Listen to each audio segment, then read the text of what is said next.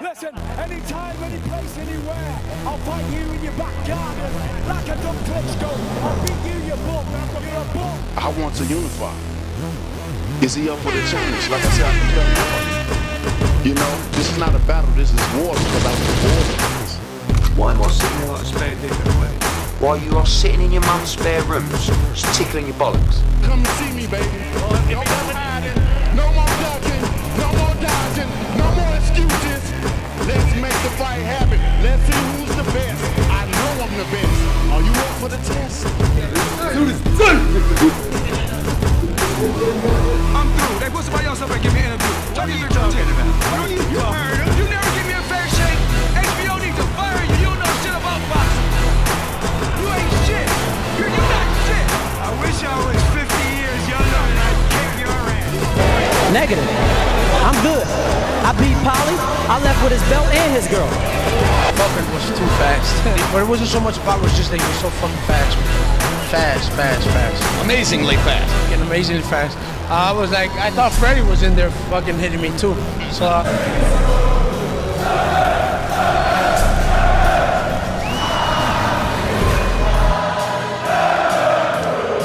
Any of you radio personalities think you want smoke? Call me Mr. Chimney. I want smoke. Yes. What is up, MCR family? Another daily edition of the show live on YouTube. Obviously, podcast form, iTunes, Spotify, radio, etc. I'm Matt, the Hipster Hunter. Obviously, we're going to talk about all things boxing today. We're going to be previewing all of the weekend's action. J-Rock versus Jared Hurd. The Isaac Dogbe rematch against Emmanuel Navarrete. And plus, obviously, the news of the day, which is Dillian Whyte, Tyson Fury being potentially ordered by the WBC for a final eliminator.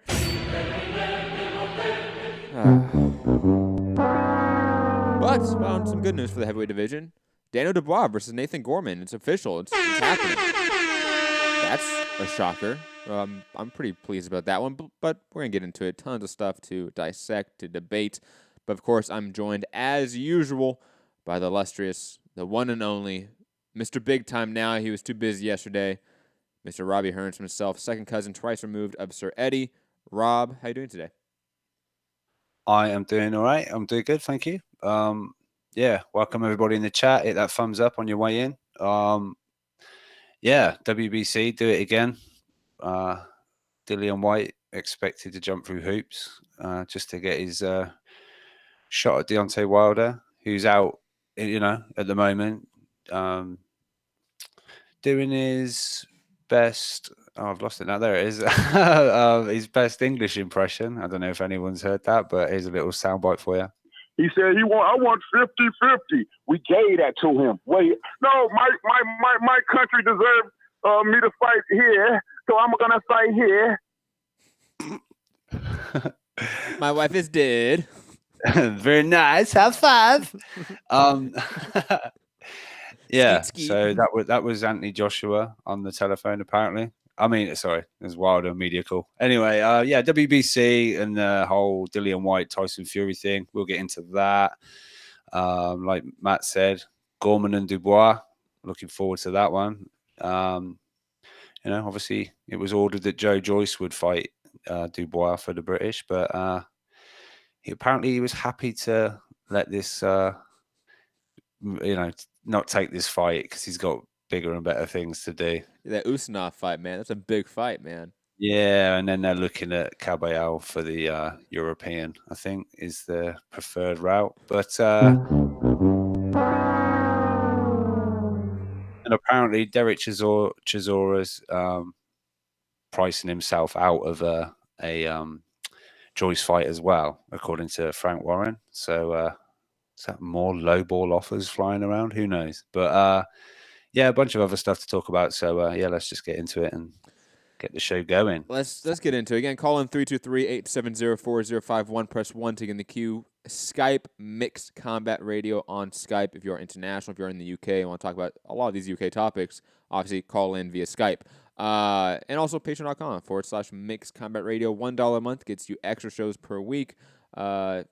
Definitely go over there. It helps the show. 99.99% of our revenue is generated through Patreon, so go over there. But let's get into the news of the day, Rob. Let's get into this I would say, laughable story. First reported via the Boxing Voice by way of Michael Benson. That's how we're getting it. Saying WBC President Mauricio Suleiman has revealed they want to order Dillian Whyte versus Tyson Fury as a final eliminator to decide Deontay Wilder's next mandatory. However, he claims Whyte's side have not accepted this and want the reverse bout to be a final eliminator. I have a couple points about this. I have a couple thoughts about this. We do have a sort of bigger issue at here, I think, with the WBC that we're going to get into as a side topic. But first, Rob, I want your opinions about this because you really haven't said anything in the group chat, so I don't know your thoughts about this. I put some laughing emojis, I think, and you just sort of moved on. So I want to get your thoughts, your opinions about Whyte, Tyson Fury being ordered by the WBC, the likelihood of that happening, whether that fight should happen in a sense. Would you like that fight to happen? Your overall thoughts about the matter. Well, first of all, the Brazil fight shouldn't be happening. So that's how I feel, kind of, that Dillian Whyte is just constantly getting looked over. But as far as the fight, I'd love to see the fight.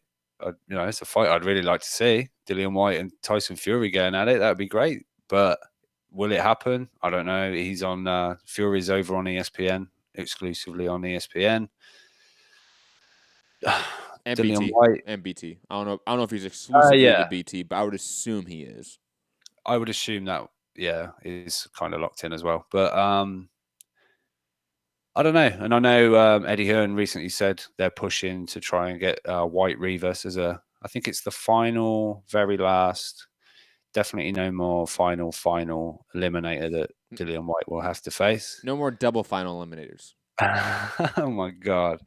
It's just unbelievable. But I don't know. I think Suleiman also said that, was it yesterday or even the day before, that Eddie Hearn is regarding the Devin Haney and missing out Devin Haney and Loma coming in, that Eddie Hearn is the king of double standards.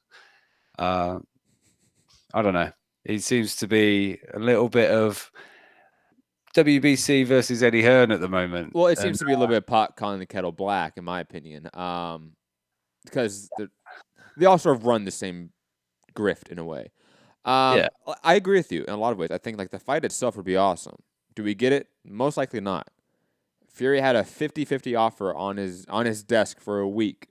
Okay, for Deontay Wilder, for the champion, not for eliminator, for a champion.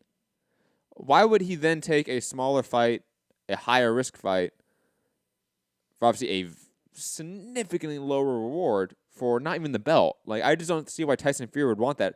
He's in a position now, honestly, as a name, his name value alone, he doesn't need to be in eliminators.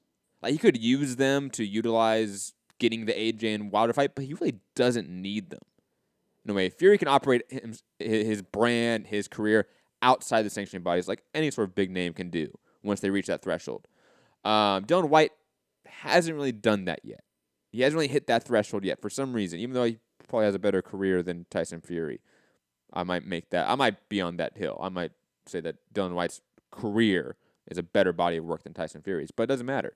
Dillian Whyte's not the name. He doesn't have that cachet as sort of a pay-per-view brand in a way in the U.S. Obviously, I'm excluding the UK market in a sense, because I don't think the WBC really cares about the UK market in a large way, honestly.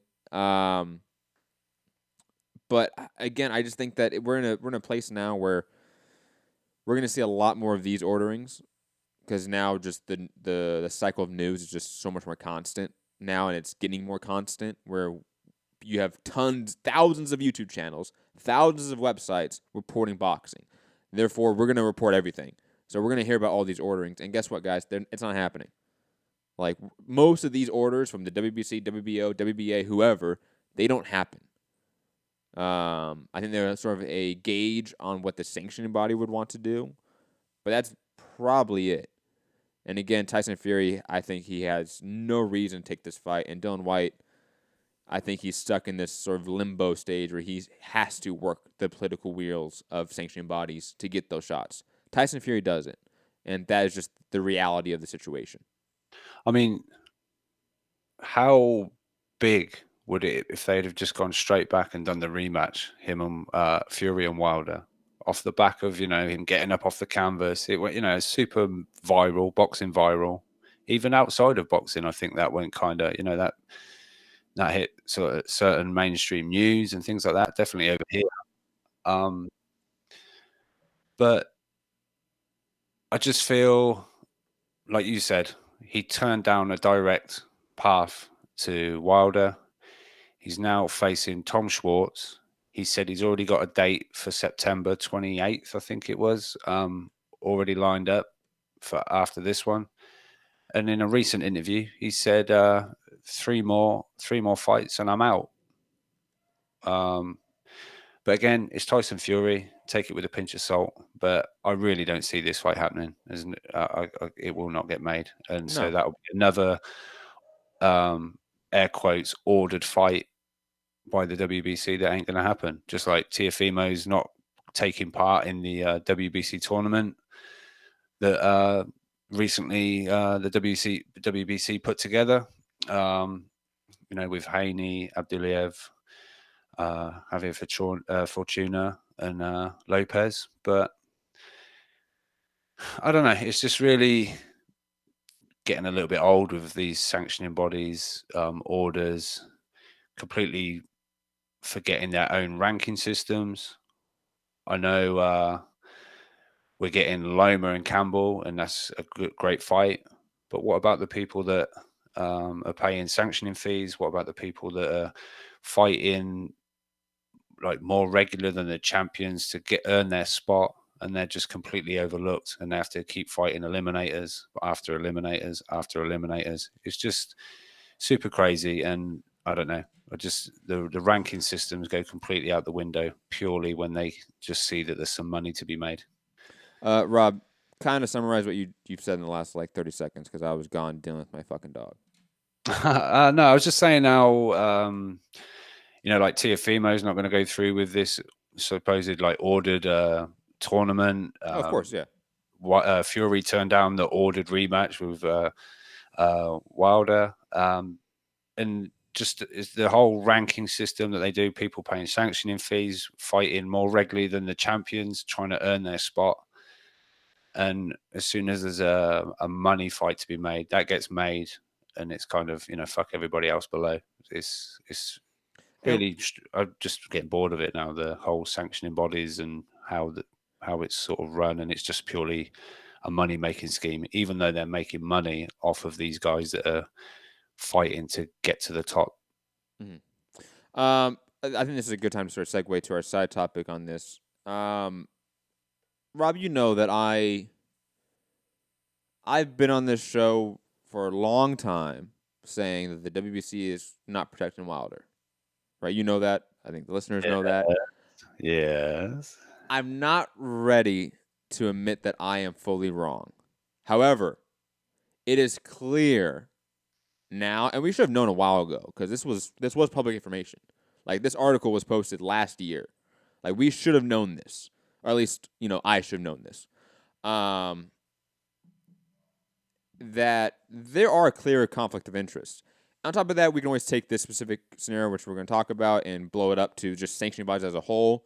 If this is an issue, it's probably, widespread an issue. But Brett Yormark, obviously the owner of basically the Brooklyn Nets and the Barclays Center, a sort of partner, obviously, with Al Heyman. He is leading Heyman Sports LLC. He is also on the WBC Supreme Council. So, look, it doesn't take a rocket science to see the conflict of interest there. It just doesn't. And I'll be honest. I have scoured the interwebs trying to find a full list of that Supreme Council. Find who's on it, what affiliations they have. I can't find it. We were very lucky that I think it was Sporting Icons and somebody else. Somebody else did the video, but Sporting Icons is the one that sort of made a post about it that I saw. So I forget who it was. I want to say it was Ring IQ. I don't watch the channel. I don't know how good he is, but good on him for finding this, because this is good information to have. That there is a clear conflict of interest in the WBC when it comes to decision making within PBC.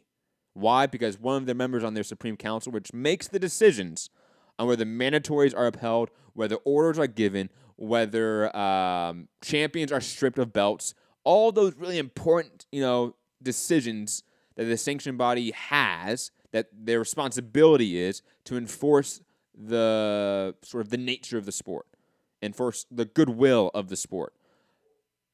And when you have a person on that Supreme Council making those decisions, which are directly tied, and not only tied, but one of the main leaders of in a sense, a promotional outfit. That's what PBC is. I know, they went to court dealing with that and not having that term. I understand. But the real world effect, the material effect of what they do is a promotion, is what they do.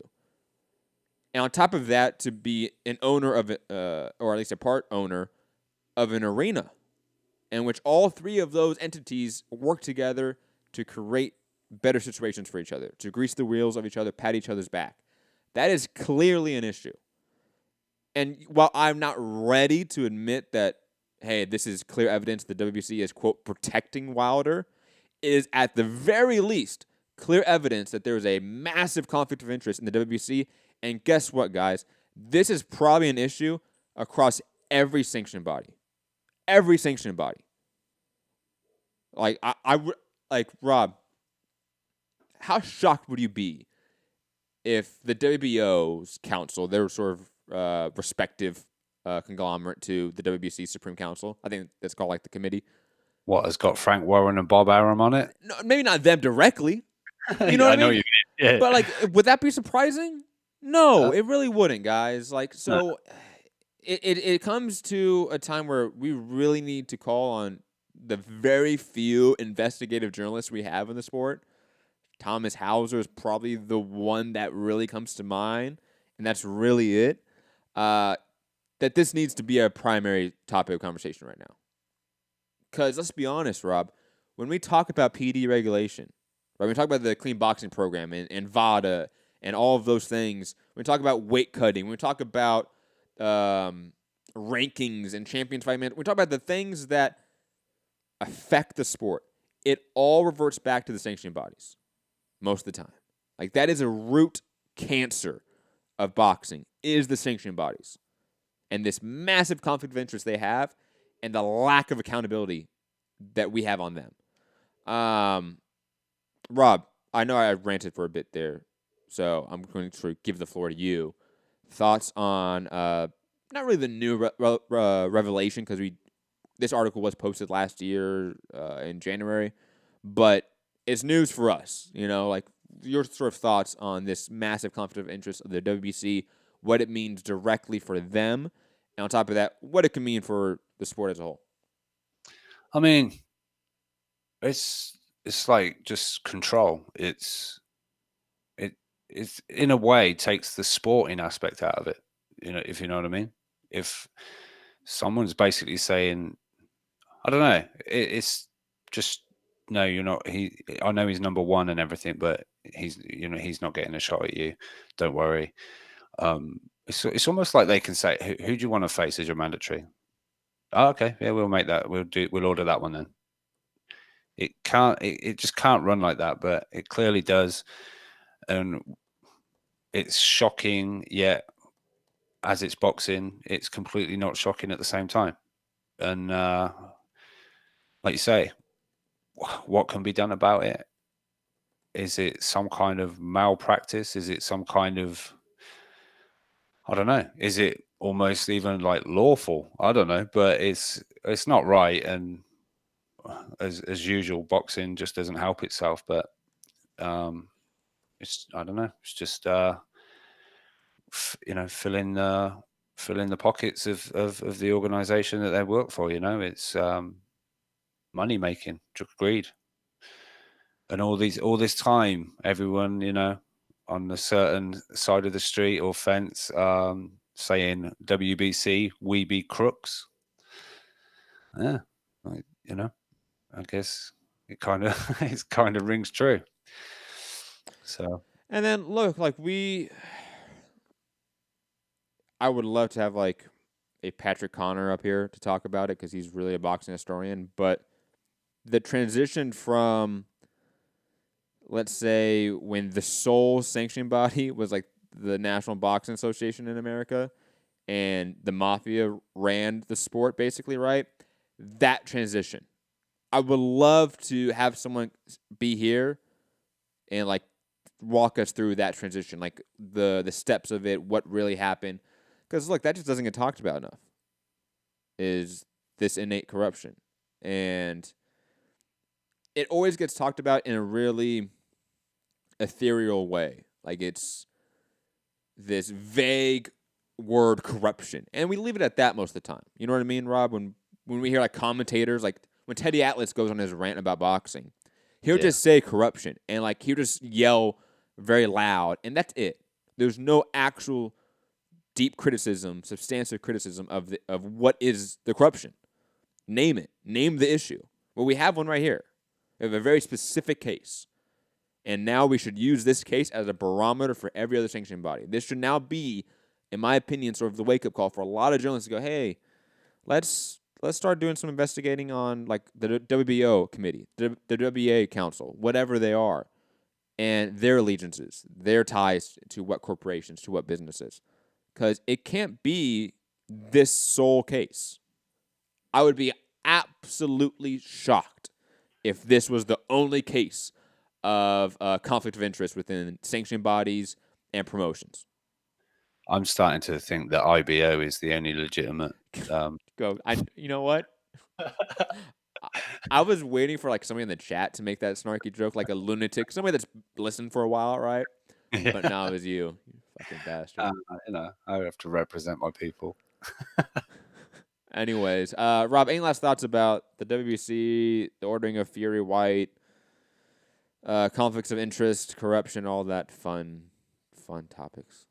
Well, I think it's safe to assume that despite Eddie's efforts, that Whyte versus Rivas isn't going to be given the eliminator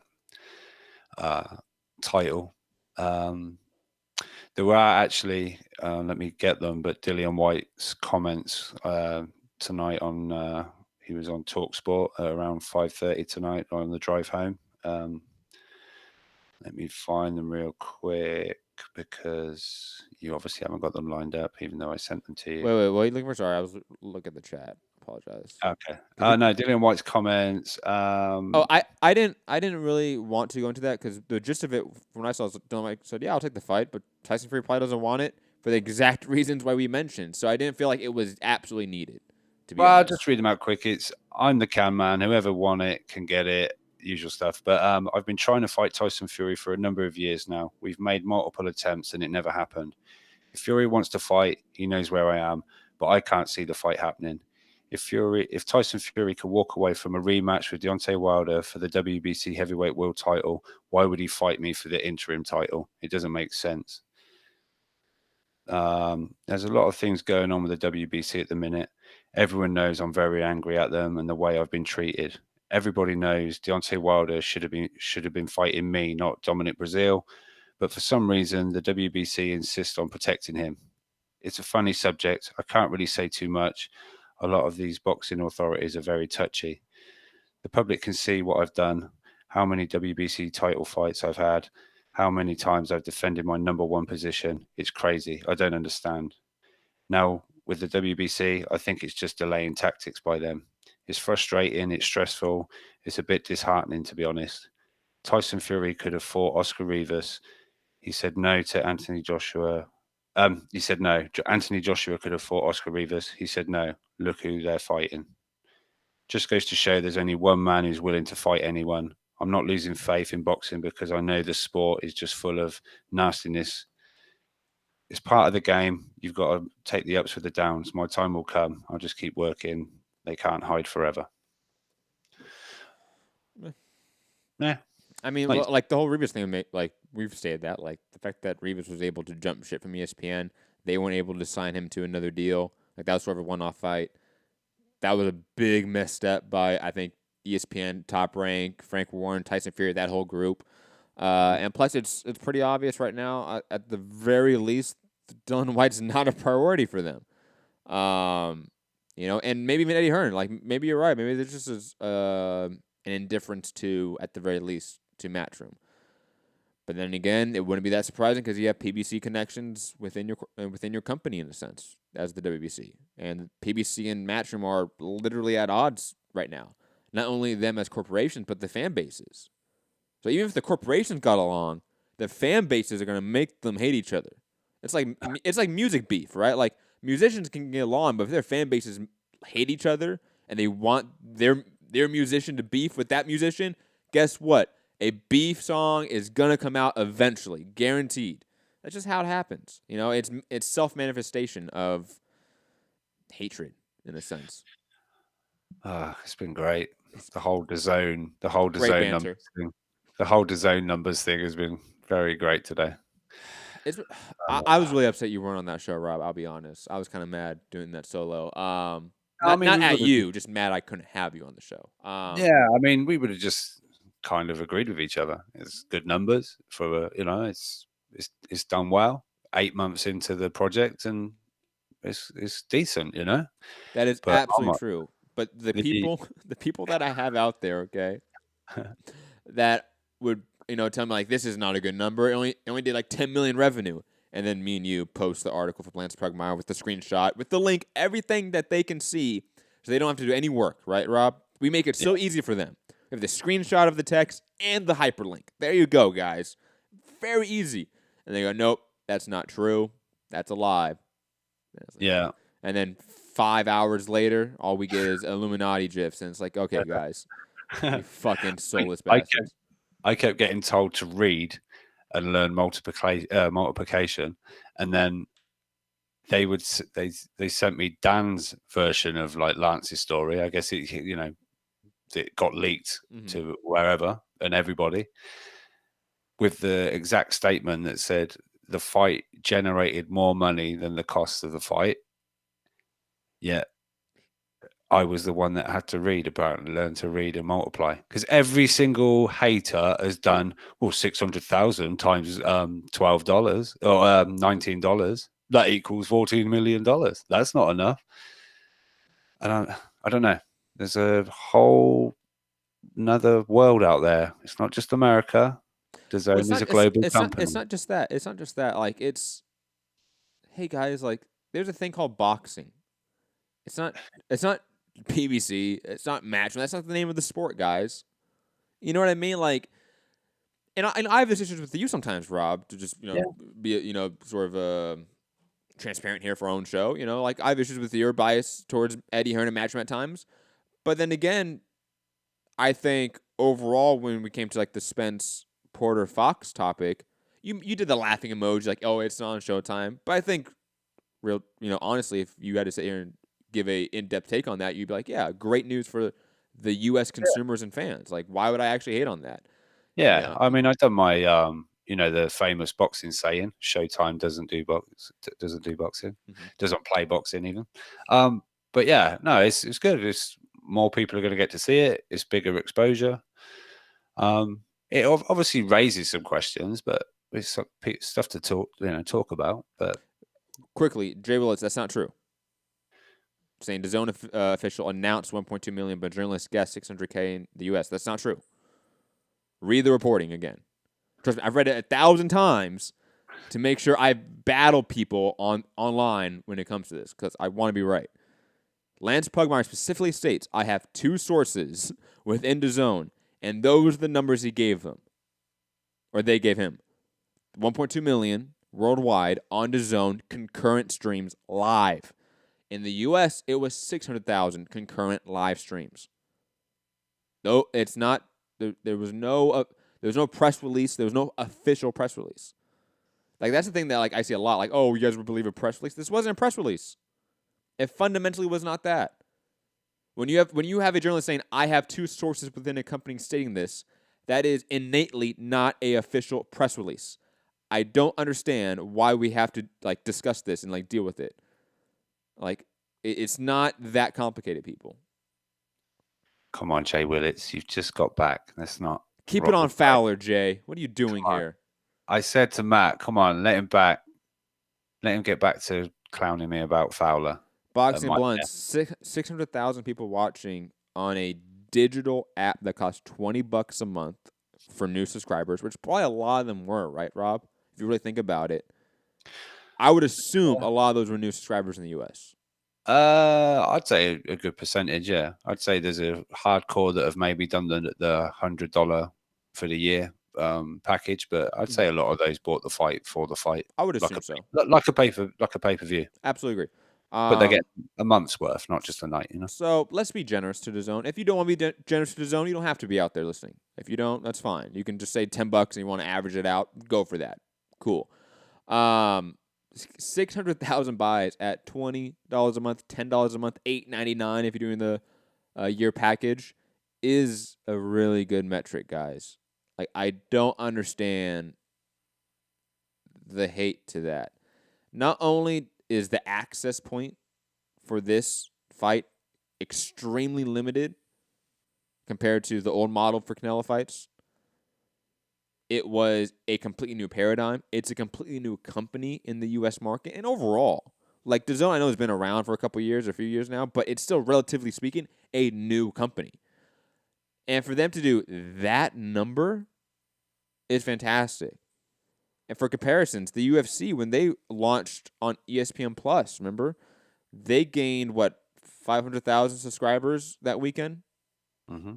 That was a UFC card, multi-billion-dollar company with the B, guys, with the big B, okay?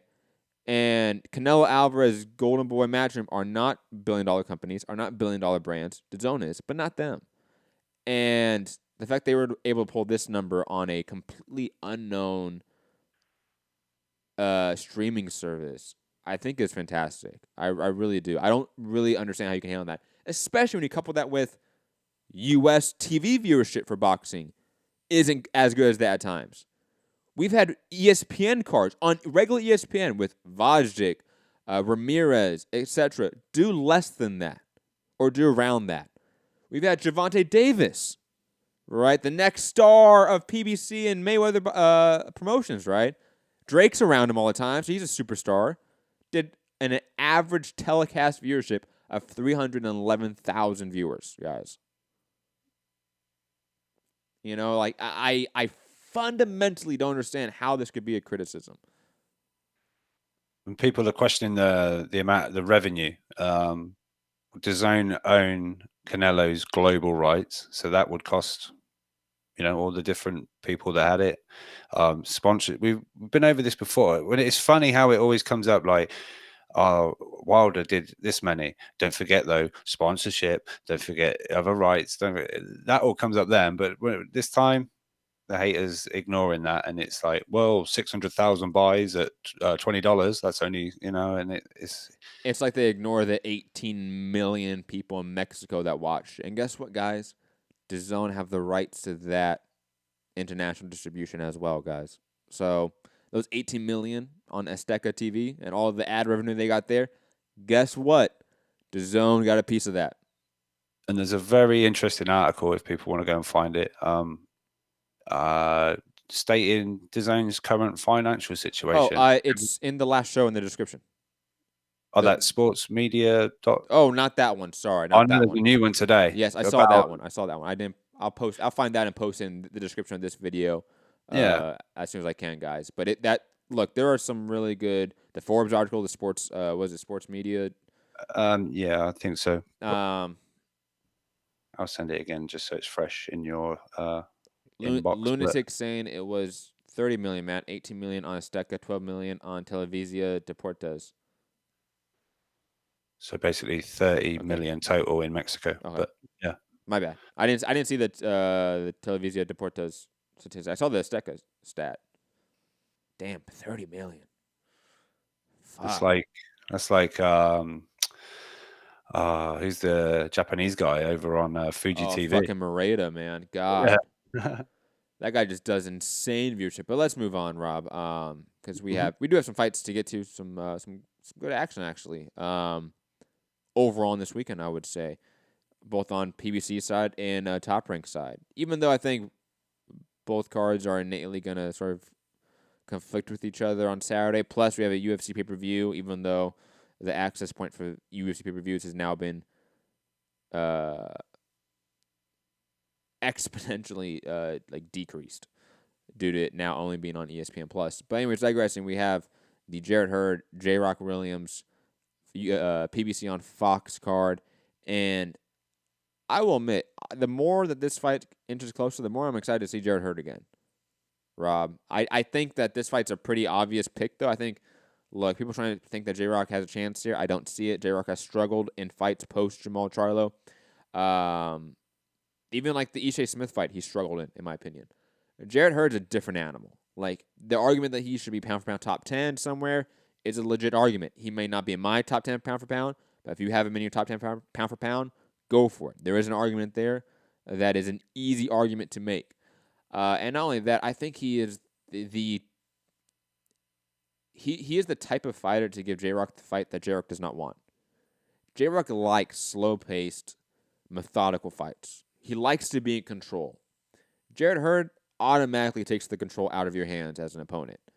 And I think instantly we're going to see J-Rock be on the defensive, look to tie up, look to sort of create distance, create space to on the outside to create counter opportunities. But largely, he's going to get overwhelmed. I think Hurd's just too much. I think he's too big. I think he's too strong, too athletic, and not only that, he is a good boxer too. I think we downplayed Jarrett Hurd's boxing ability at times, but he is a really good boxer. So I just don't see a path of victory for J-Rock in this matchup, but I'm all in favor of it. It makes sense. J-Rock is still top 10 in the division, arguably top 5 still. So all in favor of this fight. And plus, it seems like it's a direct setup, obviously, for the Tony Harrison, Jamal Charlo winner. All in favor of this, unspoken of mini tournament at junior middleweight in PBC stable. Makes complete sense. Rob, your thoughts on this PBC main event? Yeah, it's a good fight. I think you've kind of said it all. I think Hurd's going to show just his quality, and I believe I think he was on my pound for pound list that we put on the community page. So I think he just snuck in there. But yeah, I mean, look, he came back off was it shoulder surgery or elbow surgery? It was his shoulder, right? I think it was shoulder. And he had wasn't it on the Wilder card against Jason Wellborn, who gave him a little bit of issues early on. It was like, oh, is Hurd gonna? And then we suddenly thought, yeah, those body shots are really going to start to hurt in a minute. And sure as shit, he landed one right on the liver. And but Jason Wellborn was game while it lasted. But that was like a not entirely a 1-to-1 analog, but it reminded me of like a Better Beeve Callum Johnson fight, where like clearly the guy was outmatched, but he went in there and he was going to go out on his shield regardless, and that produced a really fun, quick fight. So I'm all in favor of that. Yeah, so he did what he had to do in that situation, and I think he's going to do what we expect him to do against J-Rock. So I think it'll be a good fight. It'll be a good fight, but I think Hurd will show his class, and I do expect Hurd to do quite big things in the sport. I can see like a very decent career when it comes to an end. But Hurd all day long. And plus, I mean, a stoppage, I think, as well. And plus, Rob, like 154 to like 168 right now is just filled with talent. Yeah. And if you, I know like you aren't the biggest fan of this. Even me, like I'm not the biggest fan of people like jumping up and down weight class to sort of make big fights, but Jarrett Hurd in like 3 years is going to be in that stage where he can just jump around weight classes and make fun fights, create catchweight fights, big money fights. And those divisions are littered with big names that he could have really fun, memorable, legendary fights with. So I agree with you. I think Hurd's going to have really big things in his career. And even when it's all said and done, he may not have all those wins. Like, let's say when he goes to 160, he might struggle at 160. He might struggle at 168 even. But he's going to put on legendary fights, even in losses. He's that type of guy. Yeah, and I think shout out to his tweet, which made me think he was maybe going to link up with DAZN when he said, one more fight, unification fight, and then I'm moving out. And I was like, oh, 160. Jared Hurd at 160. Only one place to go if you're going to be at 160. And he actually meant moving out of his mother's house. So That was so funny, man. I was like, oh, all right. Fu sent the link, like Washington Post, world boxing champion, ready to flee the nest. So I was like, oh my God, he's literally just moving out. But but yeah, Fu look, was when so he hyped. does, Hold on. Fu was so hyped when he sent that too. He was like, guys, it's happening. It's happening. I was like, nope, not today. he's just moving out of his mum's house. All right. What a fucking pointless tweet that was. Who gives a shit? But on the real though, when he does decide to move up to 160, at the moment there is only one place to go. So do we see Jared Hurd over on DAZN? I don't know. That Jamal Charlo fight's gonna happen first. Yeah, I guess. Especially since I don't see how Jared Hurd leaves 154 without fighting Jamel Charlo. You know what I mean? Yeah, I think. And then like, how do you not make it where Hurd's the Charlo killer? You know, like the Gracie killer in MMA. I know not all boxing fans get that reference, but combat sports fans get the reference. By the way, quick shout out to I forget which Charlo it was in the press conference. Oh, Jamel.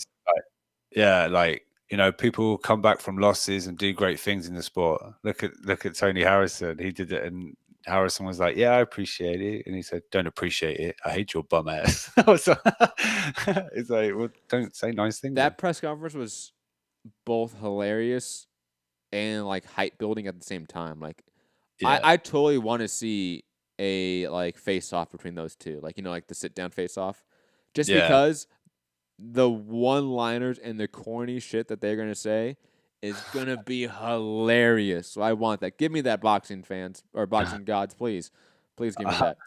But quickly back to Joe Hurd, I just wanted to say, I just wonder, because you always find out about it after it's too late, but how tough is 154 for Hurd to make?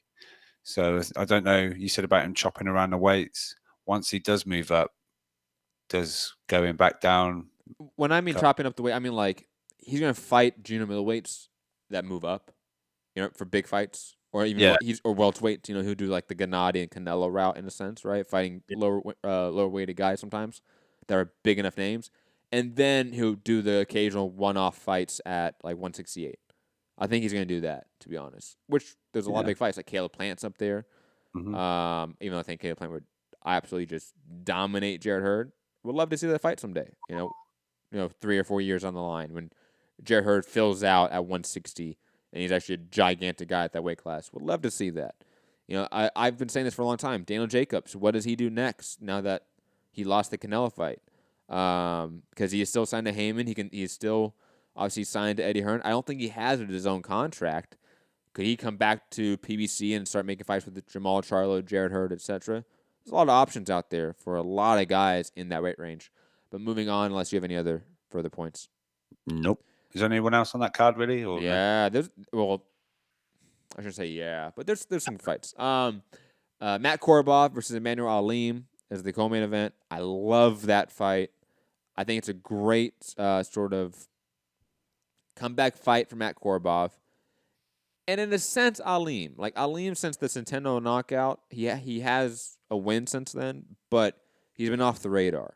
This is his first fight back on the radar since that huge knockout loss after he beat Heatrov and gained all that hype, beating that, I think he was Eastern European Russian prospect. But Matt Korobov, I think, sort of re-cemented himself as a top 15 contender at this division with that loss to Jamal Charlo. I'm very curious about this Crossroads fight in the co-main event spot.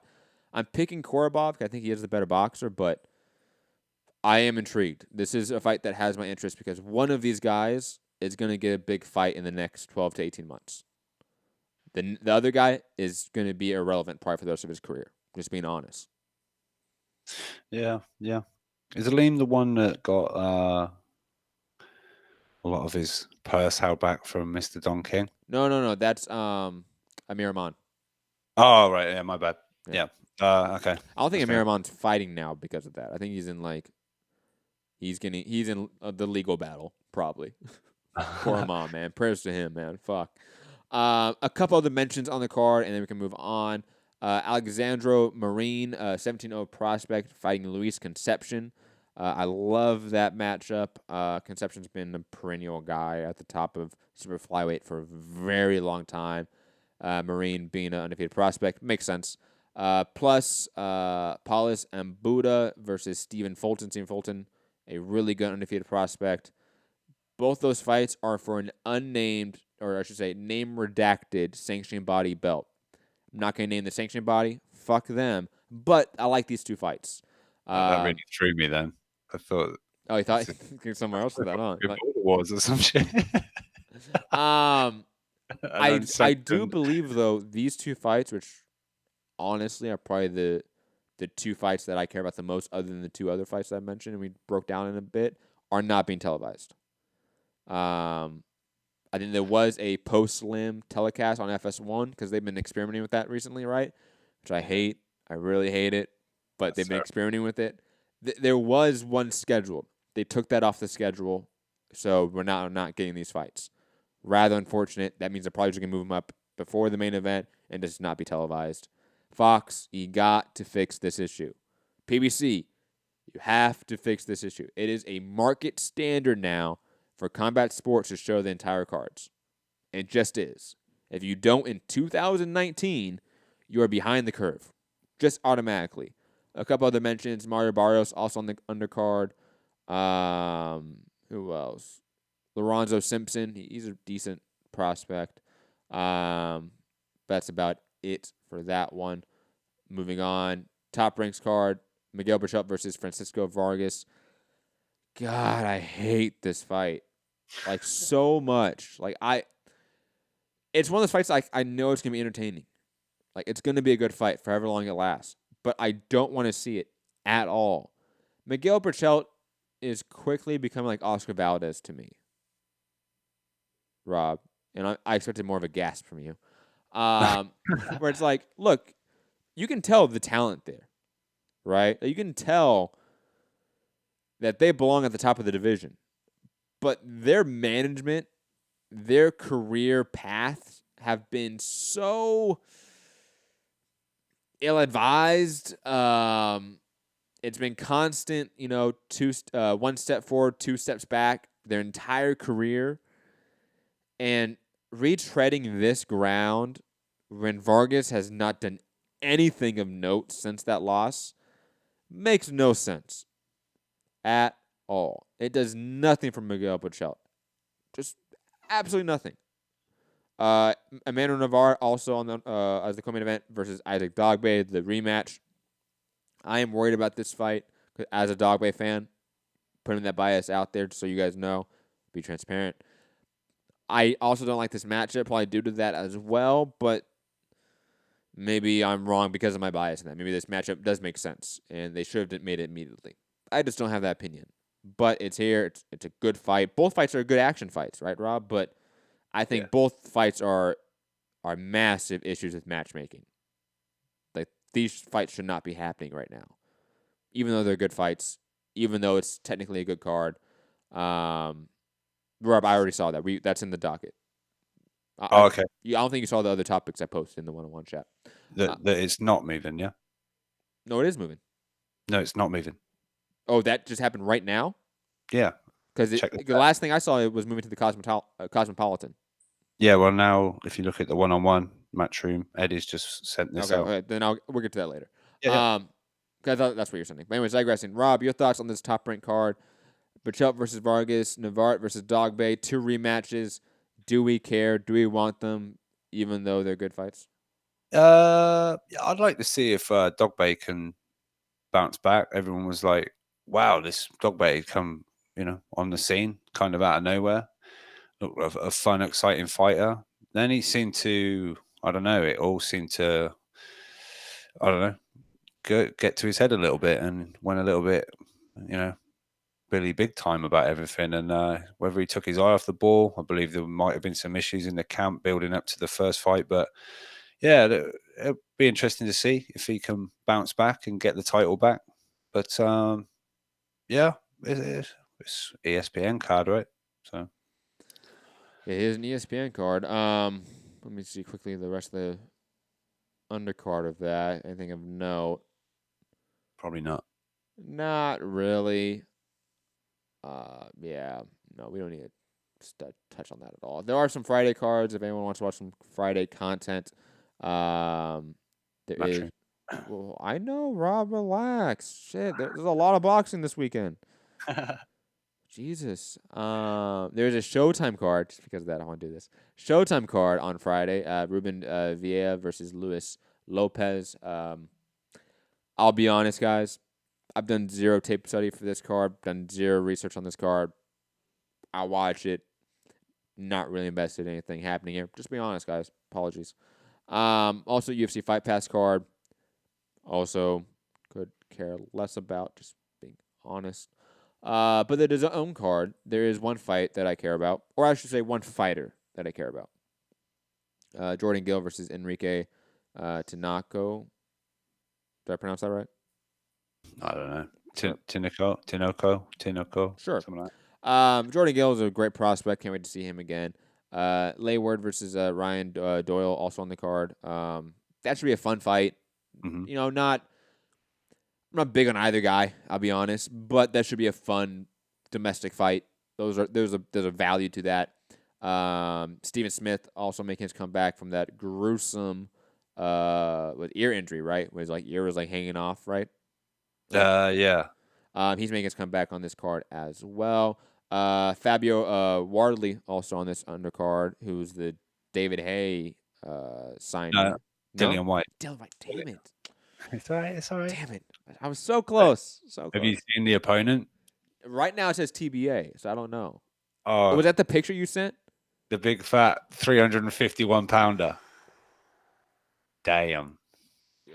And someone said, for those of you who might have missed it, Potential Lunatic sent me the video. There's a clip of him in the ring where he sits down on his stool and his stool gives out.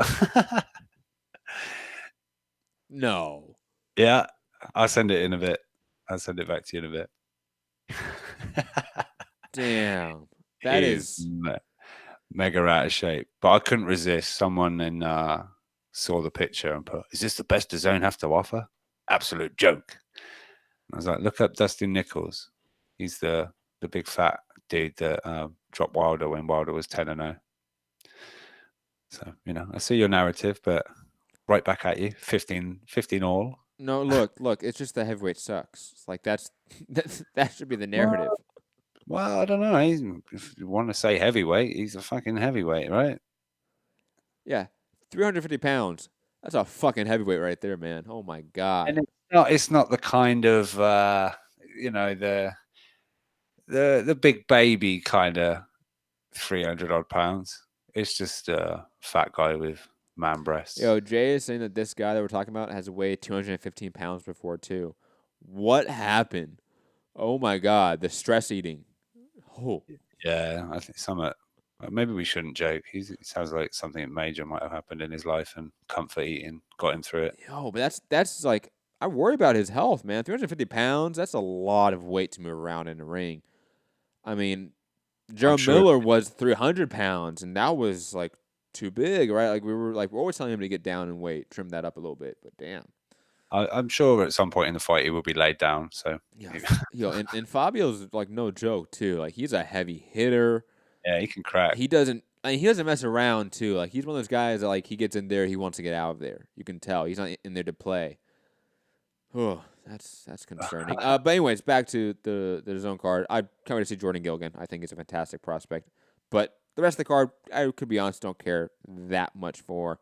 But it's a good Friday card. It's the best Friday card, but not the best card of the weekend. Rob, your thoughts? It's a next gen card, right? Yeah, I yeah. mean, this is kind of what I said about Matchroom continuing with the what was Usyk card.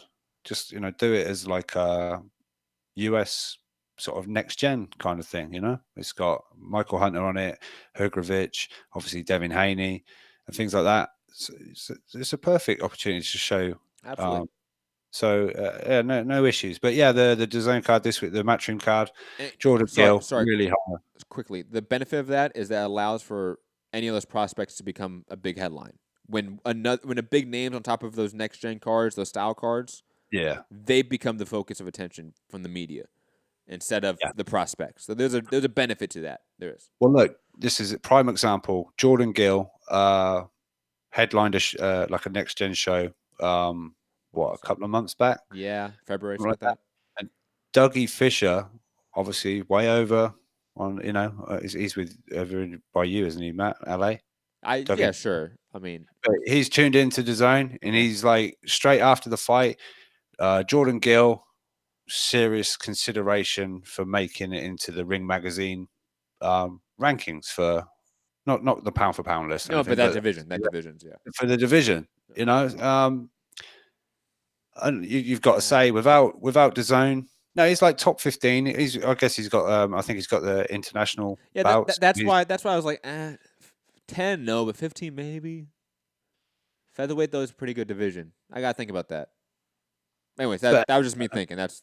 I'm just saying. Obviously, through DAZN picking up Matchroom cards, Dougie Fisher sat in LA, gets to see Jordan Gill fighting in Peterborough. It's like you said, it's this opportunity. And Eddie Hearn said, with all the people that have retired and that are coming to the end of their career, that have kind of been, the making of Matchroom boxing as it is now, like the Bellews, Cal Brooks coming to the end, or just people retiring, leaving the sport. These up and coming, potential stars are getting a bit of spotlight before they're in the real big fights. They're headlining shows. Yeah, they're not massive crowds. They're not maybe pulling in amazing numbers at the time, but they've almost got the expectation. A lot of these are hometown fights, so there's a lot of not pressure as such, but you're the headline act. This is on you. You're carrying the show. This is your card, kind of thing. So it's a bit of preparation for maybe down the line when it comes to eliminators and earning, being a mandatory to a champion or something like that. So it's good. I enjoy the next gen cards. I've always enjoyed seeing someone maybe make their debut and then you're there from the beginning for the journey. I think I'm gonna try to frame this better, but I can't. It's really good background content, if that makes sense. Like if I'm doing a lot of things, I love a Friday like next gen style card that I can sort of throw on, have the sound turn on just a little bit, so if anything happens, I can look over if I'm missing it. But it's just on in background. I like those cards as that, because again, you do see the knockouts a lot in those cards. You do see prospects fight opponents they probably shouldn't be fighting, but you can see sort of a quick glance at what they are, what they're capable of as a fighter. That eye test, you sort of get a gauge on that rather quickly. And I try not to mean that in a disparaging way. I think that there's a benefit to that. A lot of sports is background content. Like baseball, for all of America, is background content for us. Okay? You just wait to hear that. Oh my God! And you're like, oh shit. And rewind 30 seconds. Oh, damn, good knockout. Okay. Yeah. Oh, great catch in the outfield, whatever. Yeah. Right, let's skip the rest of this. Any last thoughts on the next gen card with Jordan Gill? No, I just obviously Friday for people who suddenly think, oh shit, it's Saturday. Where's the boxing? It's on Friday, this one. So I like I say, I always love seeing catching these young prospects early in their career, if not their debuts, and then you can either gather momentum and be on a hype train, or you can say, oh, that one's going to be interesting to watch. Still a bit to do there, but he's good. Or I like this kid, I'm going to watch this, and then you're there from the start till possibly then becoming a world champion. And I enjoy that sort of being part of the journey almost. It's great. And speaking of being along for the journey, look at that segue. God, fuck, man. Got pat myself on the back there, ladies and gentlemen. Dubois, Nathan Gorman fighting officially July 13th at the O2 for the vacant British Heavyweight Championship. God, I really love this fight, like in every conceivable way. I think not only is this a competitive 50-50 fight for both guys, it's clearly two top prospects facing off undefeated against each other for the right to move on, and for the other guy to have to sort of hit reset in a way. It's Groves DeGale all over again at the heavyweight division. It's AJ White in a sense. That was before either guy had a belt. That was for the British title, exactly like these two. Yep. So I think this is just it's perfect matchmaking. When all my complaints about the Top Rank card about matchmaking, it's not the fight, but it's the matchmaking. This fight, matchmaking's perfect. The fight is perfect. If you're out there picking Nathan Gorman to win, go for it. Go for it. I'm picking Dubois because I'm obviously a big fanboy of him. You all know that. Deal with it. But I'm along for the ride now for this fight, for this build-up. I thought the promo for it was fantastic. Good production quality. Them doing a press conference for it, as the announcement, you can tell they are pushing it as something special. And I've talked about this before when it comes to a corporation pushing a fighter, pushing a fight. You can tell when a network, when a promoter knows a fight is special. They treat it as such. You can tell BT and Frank Warren know that this is something special, and they're treating it as such. And that, I think, gives us fans a good quality content. Because not only is the fight going to be great, but the production around the fight is going to be great because they're going to want to treat it like it is. I'm all in favor of it. I literally cannot give any other superlatives of how great this fight is. Rob, your thoughts on Dubois, Gorman for the British title, which we all thought wasn't going to happen. I want to say we were pretty. Yeah, I was going to say, you kind of said great matchmaking. I think Warren's kind of had his hand forced a little bit, but still, like you say, realizes that the fans, when it first got ordered or brought up, yes, he kind of really pushed this back. No, not yet. This will do. What did he say? 40,000 in a stadium in a year's time. No, not yet. He kind of really wanted to pump the brakes on it. And then obviously, I think they then ordered, because there was no interest kind of from the promoter in making that fight between his two fighters. They said Joe Joyce, Daniel Dubois for the British heavyweight title. Then Frank Warren signs Joe Joyce, who, whether people want to say he's ducked Joe Joyce or whatever, has ducked Dubois, I should say, Joe Joyce. But he's kind of said, almost said, I give my blessings for Gorman and and Dubois to fight for it. And I'm going on, until a point. He's 30. What is he? 30. I forget. Joe Joyce. He's in his 30s. I know that. Mid-30s. Yeah, he hasn't got a lot of time to be sort of maybe thinking British, European. It is maybe he can kick on. I think he's got a good stand. Or he's Manuel Char's mandatory, even maybe. Mahmoud Char, or whatever it is now. He's finding but I just love that this has got made now. The boxing Twitter, especially UK boxing Twitter, was electric today. It was like, oh my God, cannot wait for this. This is great. So yeah, I'm really looking forward to it. Just, props to both guys. I know it's kind of been ordered, but one of them could have said, no, I don't want it. Yep. But they both want it. There's history. They were good friends at one point, shared. Gorman came out and said, dude, we sparred 200, 300 rounds together. I haven't lost a single one. I was like, oh, my God. I want smoke. I was like, okay, here with the tea. Yeah. Ooh. I was shocked by Gorman getting out there and sort of... Gorman's got the chat. He does, but because of them being friends before, I expected more of a respect vibe and not more of a... That's been a while out the window, respect. I love it.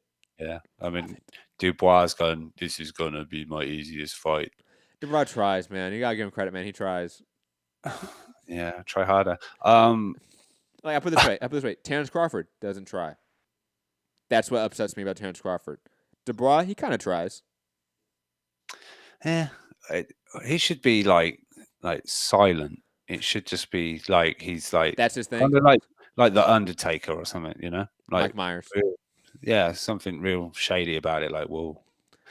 Get an aura. I do like those silent vibe. I do like because he is silent most of the time, anyways. He does have that stone cold face. It would make sense. It makes sense. But anyways, I'm really pleased with it. And I think Joyce is going to be on the card as well. I think so, yeah.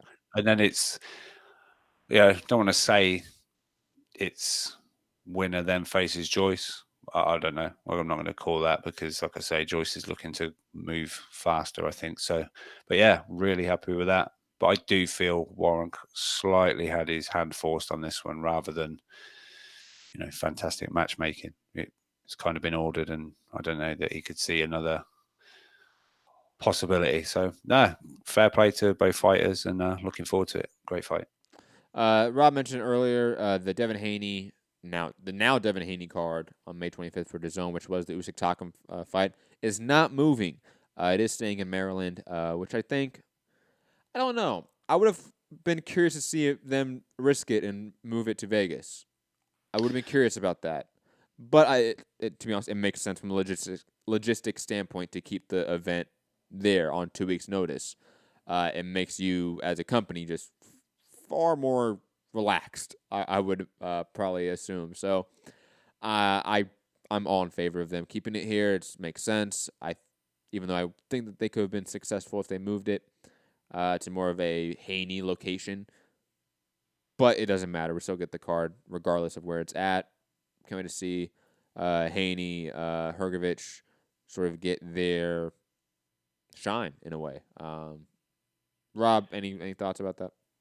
Yeah, I feel like maybe just because of the signing of Haney and the potential in maybe seeing Campbell down the line or anything like that, they've kept it more East Coast to make it a little bit more UK friendly.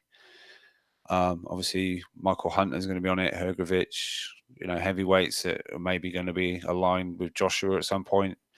So it maybe makes some sense in that regard that it's going to be like 2 a.m. rather than like 5, a.m. in the morning for UK fans. But yeah, I'm kind of glad the card's going ahead because there was is it Justin McCaskill? McCaskill was going to be Yes. unifying the 140 division. I was kind of looking forward to the card. Obviously, I don't know what's been mentioned regarding, there was talk of Takam and Hunter possibly being made, but I'm just glad the card's carrying on. I hate it when cards get pulled. I mean, I think it was a Wembley Stadium and Joshua got injured. You're not going to. Well, we'll keep the card going with Dave Allen against. Although it probably would sell out still. True. I mean, most boxing cards, I feel like when this happens, they get canceled. So this is more of a rarity than the norm. But moving on, Oscar Valdez now has an opponent. Obviously, the WBO denied his last opponent, Eric Awarte, or whatever his name was. And now he's fighting Jason Sanchez on June 8th on ESPN. And this is a better opponent. Jason Sanchez is undefeated, 14-0, most of his fights in Mexico. But, at least he's undefeated. Could be a lot worse, but it's a completely untested prospect that is probably going to get wiped out by Valdez. Just being honest. And last topic of the day. Sorry, unless you want to. Nope. Correct. We haven't talked about this, even though this is a new story. I just want to highlight it for a second. The AIBA and the IOC, basically the two bodies that control boxing in the Olympics. The AIBA is the International Federation for Amateur Boxing, and obviously the IOC is the International Olympic Committee. They are in a point now where we are not getting boxing next year in the Olympics. Like, that is just not happening at this point. And I'll be honest, they might have an argument here. The IOC speaking. When you look at who the AIBA has now as their chairman, have you seen this, Rob? Yeah, carry on. You read it.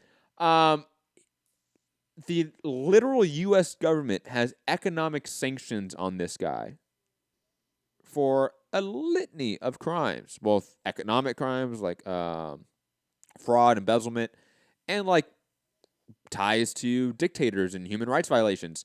Not the greatest thing. And plus heroin trafficking. Like, this guy is not... he shouldn't be involved in any way with amateur boxing. Or, the whole Olympic feel of, he shouldn't be involved with human civilization. Just make it broader, right? So I'll be honest here. Like, yes, it sucks for all those amateur athletes to not be in the Olympics, but should we promote a corrupt election of a corrupt Olympic official? Probably not. Of a corrupt, like, governing body. Yeah, like, we probably shouldn't do that, guys. Like, probably, I think a bigger issue than is boxing going to be in the Olympics in 2020, the conversation should be, how do we fix the AIBA? How do we fix IOC? Those are the conversations and debates and issues that we need to solve.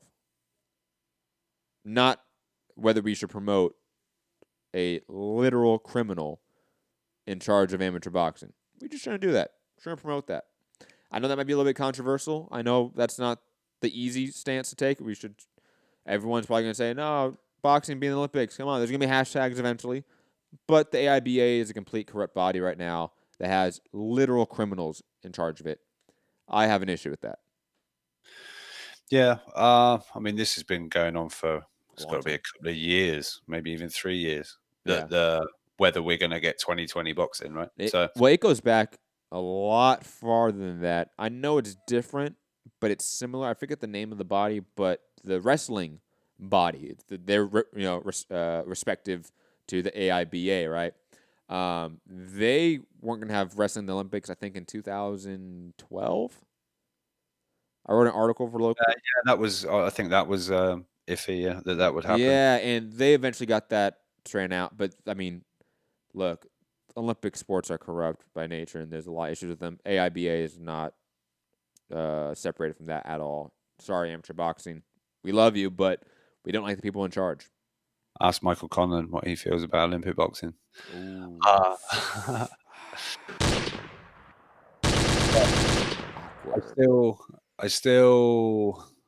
think there's some kind of thought. I've listened to quite a bit about this on different podcasts, but that boxing may feature still in the Olympics, but probably not as we sort of know it, and that it won't be of great interest when it's going to be possibly held the way it's going to be held. But for me, I don't mind if a lot of what Team GB have got going on turn professional. So there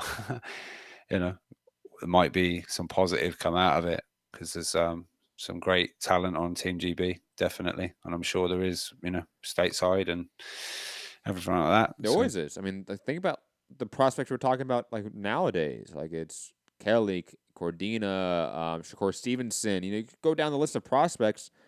They're all in the Olympics. Like, a lot of the major ones were in the Olympics. A lot of the major champions we talk about now were Olympics. Were Olympic athletes. Were amateur athletes, obviously. Golden Gloves champions, national champions, whatever the respective is in the UK. And for there not to be a direct path to the Olympics for those amateur athletes, it's sad. It really is. But look, we have to clean up the sport first, guys. Like, I think Michael Conlon, as you put it, is probably the perfect person to ask about this situation, because he will tell you probably the same thing I'm saying. Yeah, look, I feel bad for every one of those amateur athletes. I was one of them. But that body is full of corrupt criminals, and they should not be in charge of, in a sense, kids. These are sometimes 17, 16-year-old kids fighting, right? Like, I don't want a criminal that the literal U.S. government has economic sanctions on should be in charge of kids. Like, that seems like common sense here, guys. Honestly. But anyways, Rob, that's our last topic of the day. Let's go to callers. I didn't even check. Do we even have callers? We don't, Rob. Oh, my God. Hold on. Sorry. Zulu wants to go.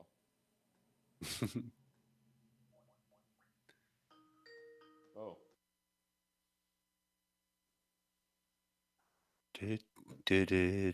I have it turned off where it doesn't do that, right? Like, why would it do that? But anyways, let's go out to Zulu. Zulu.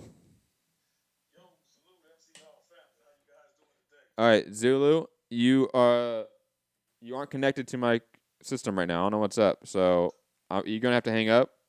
I'm going to have to fix it. I apologize.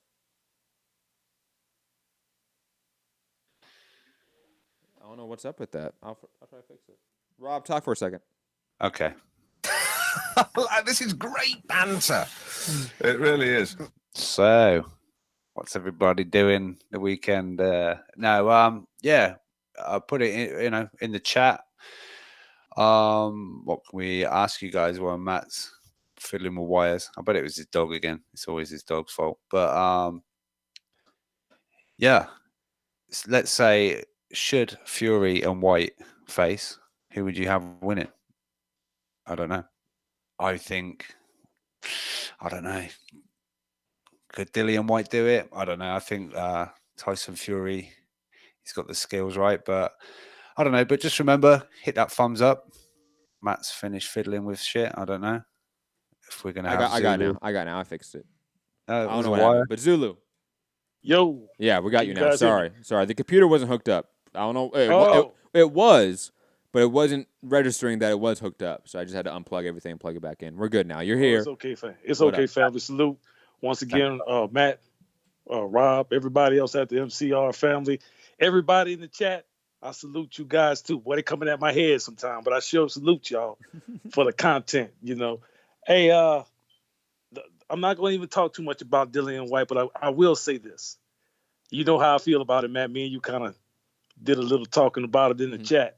All of this could have been avoided if he would have fought Ortiz, in my opinion. I don't think the WBC would have had to put him through what he's going through right now. And instead of taking the fights, Dillian Whyte seems to take the position of him and Eddie Hearn wanting to challenge the WBC, as opposed to taking the fights. He's saying, well, if you take this fight, well, then you're number one. And it may have happened to him a couple of times where he was promised that number one spot and didn't get it for some reason. But his argument is just the same as Dominique Breazeale's, in a sense. I mean, Dominique Breazeale had been waiting longer. He only has one loss. He may not be the person we want to see Deontay Wilder fight, but he is a mandatory, and that fight has to happen. But the way it's looking like Ortiz is going to fight Wilder a second time before Whyte gets to fight him one time. And Ortiz could have been knocked out the picture if Whyte would have fought him and beat him. We wouldn't even be talking about Luis Ortiz anymore. But see, that's not true, Zulu. Okay. I'll explain very simply why that's not true. Okay. Because the Whyte-Ortiz fight was not a true final eliminator. You know that, but to add it for people that maybe were not cued in on the chat, obviously, when we were talking about it, the WBC ordered, I think it was April 25th, 2018, so literally a year ago, about a year and some change, that after Dominic Breazeale fights Deontay Wilder, we will get a Ortiz-Whyte final eliminator, and they will fight the winner of Wilder-Breazeale. But guess what happened in that meantime? Breazeale still hasn't fought him. Breazeale's fighting him a year after this order. A year after this order. So Dillian Whyte, in your argument, you said Dillian Whyte could fight Ortiz and he would have been next in line. That's not true. That is empirically not true. Because Breazeale wasn't even next. Fury was. And guess what? Breazeale wasn't even going to be next after Fury. It was going to be Wilder Fury 2 after that. Right. So let's say in your argument, Dillian Whyte takes the fight, ignores that it's not a true title eliminator, fights Ortiz, beats Ortiz, he is still not next. It's right for Breazeale. And then guess what? Breazeale fight didn't even happen. It was Tyson Fury. Then Tyson Fury rematch. And then Breazeale. So the argument we're talking about he's not next according to the WBC rankings is what you're saying, right? After that. Not necessarily their rankings. Remember, the rankings, he's number one. Right. He's ahead of Breazeale. But in terms of their mandating rankings, air quotes. Right. Yes. Okay. So in the language of things, mandating and who's number one. Two different things. Who's number two different things, yes, right. Yeah. Now, what I'm saying is, my point of this is that he had an opportunity to fight. If he would have fought Ortiz, and won, Wilder openly said he would give him an opportunity to fight for the belt. And that would it didn't make a difference where he was ranked. It didn't make a difference anything about the WBC because he could have voluntarily fought him like he voluntarily fought Ortiz. So right? you're telling me? I mean, is that right? No. Remember the time frame here, right? This is before the Fury fight. You're telling me that Wilder has, in the middle of this, he's negotiating with AJ at this time. Remember, he's negotiating with AJ during all of this. Let's say Whyte fights Ortiz, beats him, and then the AJ negotiations fall apart. Tyson Fury comes in out of the blue. Here's a pay-per-view fight for you, Deontay Wilder. You think Deontay Wilder ignores Tyson Fury and goes fight Dillian Whyte? Well, at the time, Tyson Fury wasn't really the hotter name yet. He was just coming back. Remember? Let's be honest about it. Dillian Whyte was on the rise. Tyson Fury was just coming back. So no. Again, Zulu, you have to keep in mind that, the order was in April of 2018, but the fight wouldn't have happened in April. The fight would have happened in July, September, right? Somewhere around that time frame, probably. Mm-hmm. And that was concurrent with the AJ negotiations falling apart. Tyson Fury had already come back, already had a couple fights. Right. And think about it. Yes, we all sort of laughed at that matchup at first, but it still was a massive success. Right. PBC, Showtime realized Wilder Fury is a pay-per-view fight. Right. Let's jump on this right now because of the AJ failed negotiations. If in your, let's say in this world, the hypothetical world, Whyte fights Ortiz in this mandated second eliminator and beats him, you think Wilder would have fought Whyte instead of Tyson Fury? Well, it would have made him have to stand behind what he said, because he's the one who said that if he goes and fights and beats Luis Ortiz, he got him automatically. And just like we held AJ to the fire about 50 million, we have to hold him to the fire about what he says. No, that's fine. But again, you're not answering the question directly. What do you think he would have done? Do you think he would have took the Whyte fight, or would he have stuck with the Tyson Fury fight?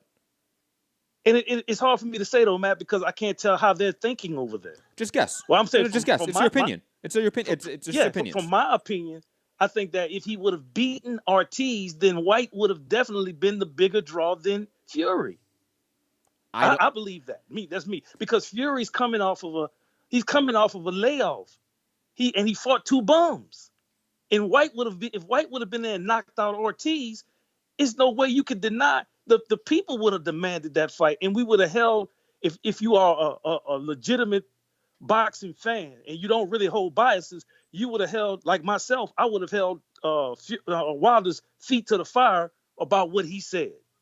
Quickly, I also need to recontextualize what we're talking about. He still wouldn't get the fight because Brazil would be first in line. We have to remember that. That's okay. So even if the AJ negotiations fail, Tyson Fury is there, Whyte's there, beat Ortiz. Brazil is technically still the first mandatory. Right. But now after Brazil, there's no Whyte still. At least Whyte would have been next. And I know what you're saying. And you're right about that. I agree 100% with you. But Ortiz is the cog that's in the way, for as far as Whyte is concerned, and Wilder. It could have happened if he had to fight the mandatory Brazil. Who's going to be next now? Honestly. Look, it would have to be Whyte, in my opinion. There is absolutely nothing stopping a Deontay Wilder-Dillian Whyte fight happening next. Absolutely nothing, right? The only thing that's stopping it is everything stopping it. It is the WBC. It is Deontay Wilder's team. It is Dillian Whyte's team. It's all parties involved. It just is, fundamentally. And on top of that, I just do not see how Team Wilder, Team whatever, is going to view their options at that time and still pick Dillian Whyte. And it still would have took a year for Dillian Whyte to get this opportunity. So at the very least, so again, the criticism should not be at Dillian Whyte. It fundamentally should not be at Dillian Whyte. It should be at the WBC. The WBC clearly can enforce policies and be effective at it. They choose not to in a vast majority of the time. Right. I can agree with that. But let me ask you this. Let me throw this in there. So when the WBC came with that so-called title eliminator, because you said something that made a lot of sense. When they call for a lot of these things, a lot of times they never happen anyway. Yeah. So they don't really have a whole bunch of support behind even calling them a lot of times. But let's say hypothetically speaking, the WBC did put out something saying that, for an eliminator tournament or whatever you want to call it, between Whyte and Ortiz, Now, Ortiz did not say anything about not taking that. It was more Whyte upset with the WBC, right? Which is proven to be an entity he cannot control. Yeah, but also, Zulu, you have to understand, like, Whyte just does more media. Like, when's the last time you saw Luis Ortiz go up in front of a YouTube channel and do interviews? Oh yeah, well he can't speak English. It doesn't matter though. There are Spanish boxing channels that I know of. You could go up and do interviews with them. He just doesn't. So at that time, you have to remember, Ortiz is coming off of a knockout loss, and he's being ordered by the WBC, air quotes, to fight Dillian Whyte, the number one guy in the division at that time for the WBC, other than Deontay Wilder. Do you think even Luis Ortiz really wanted that fight? Honestly, I don't think he wanted it. And on top of that, I don't think you would want it. Well, to be honest, me as a boxing fan, I would have wanted it. You know why? And I think a lot of other people may have wanted it because everything about the fight between Ortiz and Wilder was pretty much the 7th round, where they felt Ortiz almost knocked him out.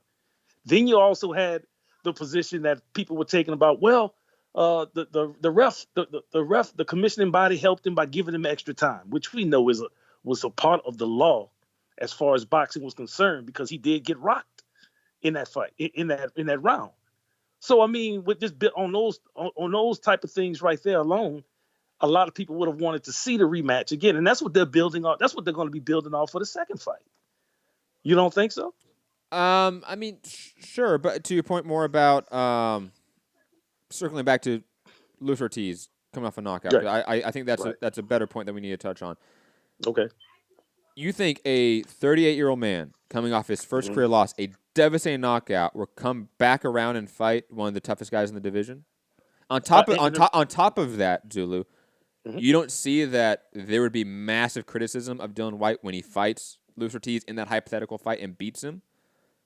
Because the argument would be, he defeated a guy that's coming off a loss and a knockout. Right, and that's one side of the coin. But we know a coin got two sides, though. So the other side of the coin would be that Ortiz is being looked at still as a hard person to get past. Even though I understand he's 38. Well, how old was Klitschko when he fought AJ? Wasn't he around the same age, if not older? No, of course. But I'm saying age. Yeah, coming up. Yeah, go ahead. Klitschko went off of 2 years sabbatical and came back. He didn't come after 6 months of a knockout loss and fight the next toughest guy in the division. Well, I mean, it didn't have to be 6 months. They could have locked it in and said, well, we're going to fight at this particular date. Oh, so I don't think Ortiz camp would have turned it down. I don't think they would have, personally. Well, they never said yes to it. Yeah, go ahead. They never said yes to it. Yeah, but where was the offers at? There was no offer. I've never seen anything. There was no offer. There was no offer. Well, Jay Jimenez said when he came, he said that personally there was no offer from the Dillian Whyte camp. Now, that's only if he's telling the truth. No. I'm telling you, there was no offer because Dillian Whyte and Team Eddie Hearn went and told him, "We're not doing this. If you're making a Whyte Ortiz fight, it's for the eliminator. Right. Brazil should not be above the winner of that fight, and they have absolutely a 100% concrete argument right there. You have to admit that. Right, and I do agree with that. I agree with that. Now, both parties playing their position the way they should. Ortiz is still the reason that anyone even talking about Ortiz fighting Wilder again is because Ortiz and Whyte have not fought. If Whyte can beat Ortiz, not true. That's fundamentally not true. Ortiz no more part of it. Is Ortiz all right? Let's say if Whyte fought Ortiz, would Ortiz still be part of the conversation with a rematch for Wilder? If in that same context, Wilder is not going to fight AJ and not go over there and fight any of those guys, then yes. Would he even yes, he would. If Whyte had gone out there and fought Ortiz right after that Wilder fight and defeated him, Ortiz would have a couple tune-ups and be right back in there. If we're in the same context of Wilder having a year off and not fighting him AJ. and Joseph Parker. Joseph Parker really hasn't been able to do anything else since he lost 2 back-to-back. One being to Whyte. In the ugliest fight I've ever seen. Comparing Joseph Parker to who? To Whyte or Ortiz? Ortiz. Let's say Ortiz. As in like in our fantasy world or like what Ortiz actually done? Well, it's got to be fantasy because these fights haven't happened. No, I understand. Look, if this fight happened in the summer of 2018, we're nearing the summer of 2019. Ortiz would have had 2 or 3 fights since then, probably. So, I think the stigma of a loss would be gone by now. Yeah. And see, to me, his age has a lot to do with it. He doesn't have years to wait. So to me, I mean, him fighting Dillian Whyte now, Dillian Whyte just get him out the pit. It just makes his shot even closer. That's one person that can't really contend for Zulu. White defeating Ortiz, does it get him closer to a title shot? Yes. Does it guarantee him a title shot? No. Yeah, it doesn't. Not guaranteed. No, I'm just saying. But that's an issue. I agree. That's an issue when the WBC and all sanctioning bodies have a double standard when it comes to executing policy. Right. I think fighters and their team have every right to criticize those double standards. Let's not forget, this is Wilder's first mandatory for about how many years now? 2 or 3, right? No, just Stavern was his last mandatory. Yeah, but that was 2 years ago now. Yeah, well, I'm saying, that was his last mandatory. He's only fought once after that? Yeah. He fought Fury. No, he fought Ortiz. Well, Ortiz and Fury. That's the 2 times he's fought after that.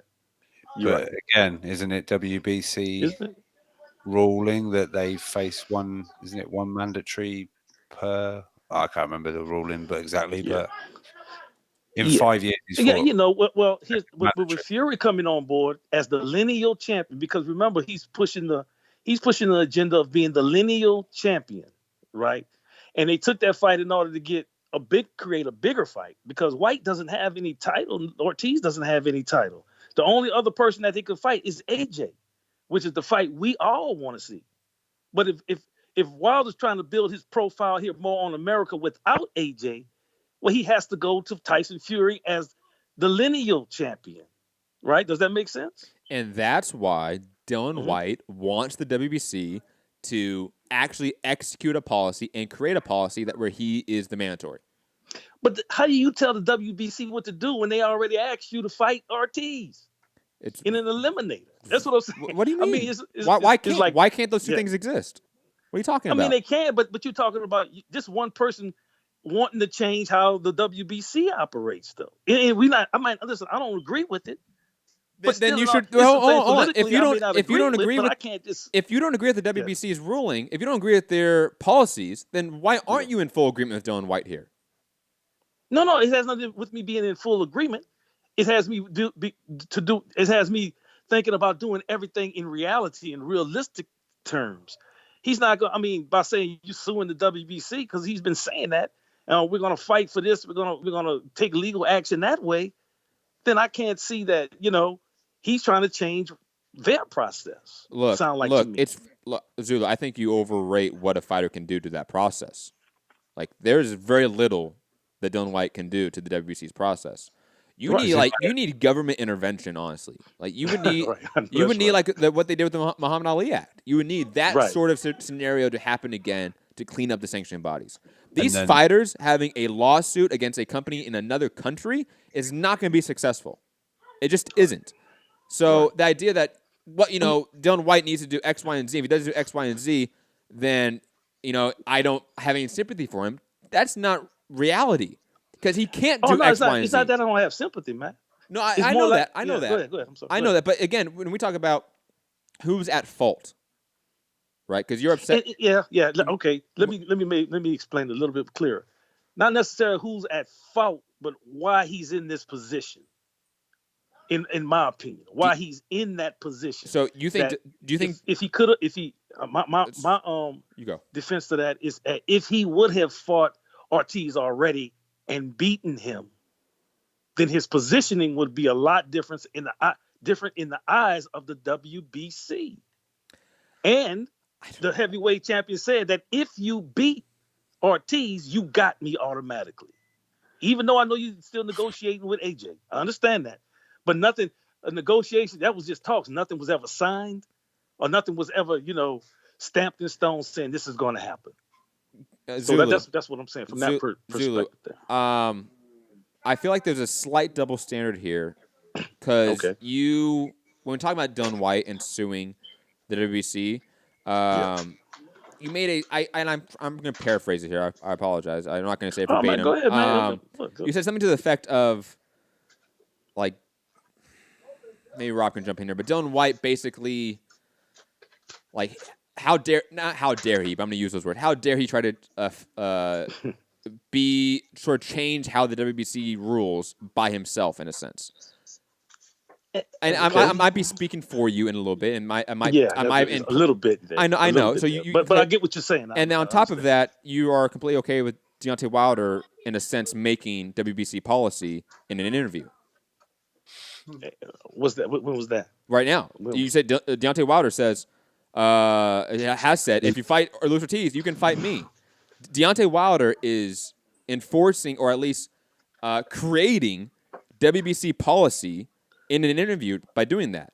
You're okay with that? Fighting a voluntary, but that would be a voluntary for fighting a voluntary. How's that against WBC policy? I'm not saying it's against. I'm saying he's creating it. Well, how would that be creating? Because he has an option to fight a voluntary. Right? If Deontay Wilder says, "Hey, look, you can fight me, but you have to fight this guy," and guess what? The WBC then says, "Hey, you have to fight this guy to fight this guy," and that's the same thing Deontay Wilder says. It is, in a sense, Deontay Wilder creating a WBC policy. That's a conflict of interest there. I don't think the WBC should care at all what Deontay Wilder wants. They should care about what the sport wants, what the fans want, what the consumer base wants. It's funny he wants people to Rob, fight. Rob, what do you think? Yeah, Rob, what do you think about that argument, Rob? I feel like Wilder's saying things like, "You fight Ortiz, and then you get me," and giving Wilder what he wants, as in he obviously wanted the Fury rematch. He was very clear on that early on. So the WBC ordered the Fury rematch, and we've seen before Fury though. We're talking about before Fury even stepped in the ring. That was before Fury, not after the Fury deal. Oh no, I'm just saying, like, as far as Deontay Wilder making claims on things that he wanted the rematch. He said, "We want to do this again. I want to run this straight back," and then the WBC kind of ordered it, and then they did. Well, all right, they did order it. Yeah. And the WBC want Lomachenko as their lightweight champion, so they've drafted in him from completely different organizations to come and fight for their title, rather than give it to the guy that's ranked next in their standings. But we're not seeing them order Anthony Joshua to come over and do that. Is that because Deontay Wilder doesn't want that right now? Is this all about what Deontay Wilder wants? And again, this goes with every sanctioning body. So always keep that in mind. Like, we're being specific with our examples here. Yeah, and this is also for the listeners too. Situation because it's dealing with the WBC. Yeah, this is also for the listeners too. Like, always keep in mind, this criticism can go for any sanctioning body that you care about. The IBF, IBO, doesn't matter. They all have this innate issue and conflict of interest issue, and just overall double standards. And so, sorry, Julie, back to you.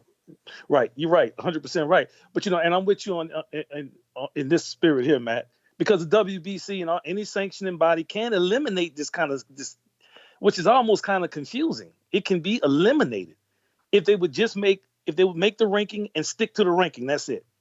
Make the mandatory, stick to the mandatory. That's it, and have a clear system, a transparent system on how they make a mandatory. And how they make a number one ranked contender, because right now you can't say that it's clear.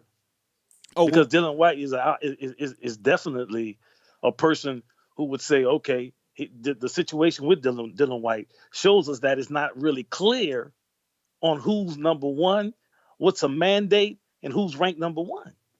And the only things we do know about those processes is that the Supreme Council votes on all those decisions. They vote on those decisions, and guess what? Who's on the head or who's in that Supreme Council? Literally the CEO of Heyman Sports LLC. Yeah, like that. You gotta factor in corruption at some level, a little bit, whether we want to or not. And people, I think when they hear corruption, they think money's being transacted. Yeah, there is direct, transaction for bribery. Not like that. No, and it's not that at all. It's like, look, Brett Yormark, is making a paycheck from WBC, making a paycheck from Barclays, making a paycheck from PBC. He's making sure all those companies are working together as much as possible, so he can collect 3 checks every night. Right. It's very. It's just. And that might be even subconscious. I might even give him that leeway, but that does happen. That's just how corporations work. That's how corruption works within corporations. Right. Right. And it's sad though, because I like Dillian Whyte. I want him to see. One of the things, the reasons why, like I tell guys in the chat, it's not that I don't like Dillian Whyte. I like him as a fighter, but I do want to see him fight a better, little bit better opposition. If Luis Ortiz was there to fight, then I would have liked to see him fight that. But there could be some political things in the way that I'm not seeing that may be stopping that fight. Let's not. And like you said, Oscar Rivas was it's an in-house fight, so it's an easier fight to make. But he is definitely the lesser threat, no matter how you want to say how old Ortiz is or anything like that. Oscar Rivas is the lesser threat. Oscar Rivas, by the way, is not an in-house fight. He's technically a free agent. That's right. Technically a free agent. He's coming from free agent. I thought he was in-house, though. No, he's not in-house. Okay. On top of that, there's something you said in the beginning that I now lost track of. Fuck. That Oscar Rivas isn't a threat? No, it was something before that. It was before the Rivas. I'm not saying he's not a threat. I'm saying he's not as big of a threat, in my opinion, than Luis Ortiz is. I remember now. Luis Ortiz. We have to also factor in here, back to the whole Ortiz, whether he would take the Whyte fight way back in the day, a year ago.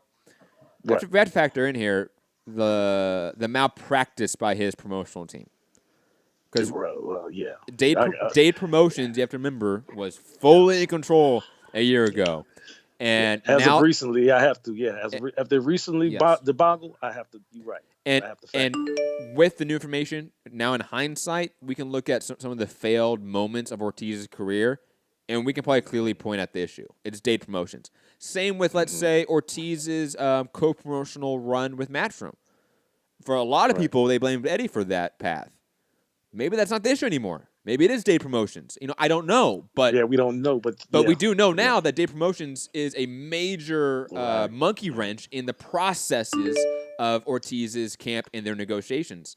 And on top of that, he's now allegedly suing them. So I think the idea that Luis Ortiz would automatically take a fight, you can't say that, because even when he wanted to take the AJ fight for millions of dollars, he couldn't. His promoter said no. Right.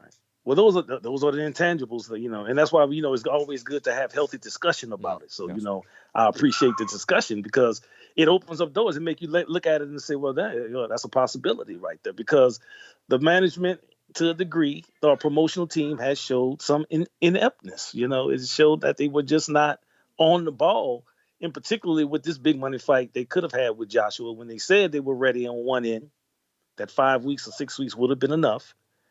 And they now they turn down $6 million or whatever it may be, a substantial amount of money. So I got I'm a person that holds your feet to the fire. Just like I said, in my opinion, if Whyte and Ortiz hypothetically would have fought, and Whyte would have won, then it would, in my opinion, it would have been a duck if Deontay Wilder would not have fought Whyte, no matter what he had to do. Because he had put that out there, and that would be holding his feet to the fire. And so, it's just a shame that we will probably see Ortiz 2 before we see Wilder 1. Any thoughts on that? I mean, I don't want to beat a dead horse, but just to. Yeah, I mean, I think it's pretty obvious we're gonna get a Wilder Ortiz rematch in the next 6 months. Like, that's probably gonna happen next. Which is crazy to me because this is where narratives get really thrown into things, because everyone seems like fine with Wilder Ortiz. Yeah, Ortiz wobbled Wilder up a little bit, but ultimately he gassed out and Wilder took care of business. Now, when it was rumored that it was going to be Joshua and Whyte, people were like, well, I don't want to see that. We've seen it already. Where basically Whyte wobbled Joshua early, and then Joshua knocked him out and finished it early. But when there was rumors of Dillian Whyte leaving Eddie Hearn and shopping himself around America, suddenly Dillian Whyte was hot stuff. Certain places and channels were talking, Dillian Whyte, yeah, come on, he should get this, he could get that fight, he could get this. Then he decided to go with Eddie, and he's back on the whatever. Dillian Whyte, who's he? He's a bum, he's fought nobody. It's boxing. I don't know. There's so many different narratives out there. It's so political, man. I hate politics. I'm gonna tell you, I'm one person that really hate politics, but it's a necessary evil, so to speak. But I hate it. because of these kind of things like this, man. You know, in particular when it comes into combat sports. When politics gets into combat, that's why I love the way the UFC model I like better. It's clearer to understand than the boxing model when it comes to matchmaking, in a sense. To me, to any fan, I would believe it would be simple, easier to see that these fights that you want to happen, they're going to happen, and you're not going to wait 3 and 4 years to see them happen. They're going to happen. I don't know. I see a lot of UFC stuff recently where people are like, "Why is that fight been made? Clearly, it should be against that guy." Not so much. I mean, might be a little bad matchmaking, but I'm talking about it's not going to hold a major fight back at all. No. Yeah, that's a good way to put it too. Like, yes, there's bad matchmaking all the time in combat sports. That just happens. The matchmaker probably thinks, "Oh, this is a good matchup," and it just isn't. When it's other people see it right. It's like when you make like an art project and it's complete shit, and you show your friend and they're like, "Nah, it's shit." That's sort of bad matchmaking. But I would say overall, it's more streamlined. You have over 500 athletes, fighters in one company. Matchroom doesn't have 500 boxers. Golden Boy doesn't have 500 boxers. PBC doesn't have 500 boxers. So just the magnitudes of what the UFC can do with how much they have is just completely different. It just is. Yeah, it is. But in a perfect world, I like to see it be more that way in a sense. But now with the WBC making this so-called mandate with Fury and Whyte, what do you think Fury ego will go for that? No. God, no. His ego won't even go for that. I mean, I'm say it though, but then again, I don't know if Whyte would take. I don't think Whyte would agree to it. Because he hasn't agreed with some things with the WBC for his reasons in the past. I don't know if he would agree with that. I think Whyte would agree to this one because it's Tyson Fury. It's a. So you think he wants Tyson Fury that bad? You think he do? I think Tyson Fury is one of the big three, and that means something. Even that's sort of like an unspoken of thing. Fury's one of the big three in that division right now. He's number 3 for me. And I think Whyte, if he's being told, "Hey, look, on paper this is a final eliminator, a true final eliminator, you get a Tyson Fury fight, which could be pay-per-view wherever it's at, probably." I can see Whyte saying yes, and he's already said he would take it. Yeah, well, yeah. He said before the WBC mandated it, though. No, he said it after. No, he said it after. Did it? Yeah. Okay, my fault. I'm staying correct. And by the way, they have not officially mandated it yet. Right? Yeah, I say it's not official. I know it's not official yet, but just the talk that's out there and what we have so far. Yes. And that's all we can go off of right now. I mean, it can change, but that's boxing. That's the politics of boxing. They can say one thing right now and it never happen. It'll never happen sometimes, But that's just what we have to deal with boxing and combat sports. But I'm gonna move forward. What about the Dogbe Navarro 2 fight? You know how I feel about that, Matt. Rob, you guys probably know. I think Dogbe took such a whipping the last time, man, and that this being his next fight, coming back, is going to be it can be career ending for him if he hasn't made some serious adjustments, And he had to do more to scream Mijo or whatever he was, Nijo. He gonna have to do more than that because Navarro ain't caring about none of that. So I'd like to see him do well. Can he do any better than he did? Rob, what you think? Rob, Matt, both of you. Either. Rob. I hope he's been a lot more focused. From stuff I've heard and read, he wasn't completely in camp very well and doing what he should be doing. I think the champion status went to his head a little bit. And he was sparring his uncles. Exactly, man. I heard that too, man. And being treated like a king back in Africa. Yeah. And things like that. I think the limelight and everything was, I think it's time to knuckle back down and remember there is a guy across the ring that isn't just there to lay down. He wants to punch you in the face as well. So. And Zul, I think it's very hard to have a prediction on this fight because if Dogbe makes the changes, I think he wins. I think it's the better product than what Navarro has. But Dogbe just at times doesn't put it together right, and at times he will unload a 20-piece combination out of the blue and just tire himself out for nothing.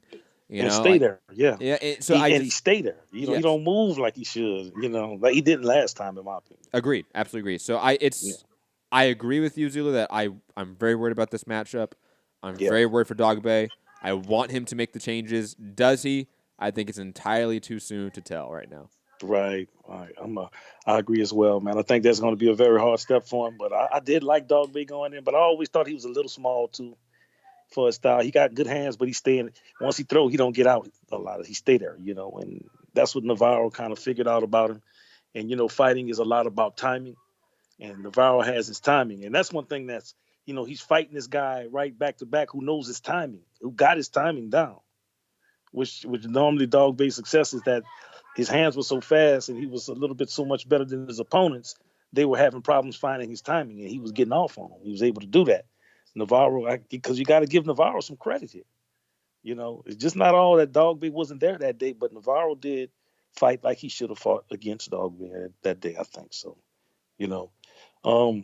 I want to shout out to the zone success with Canelo and Jacobs. That's a successful deal for six. And I'm just going to say the U.S. market, 600,000. Yes. That's good.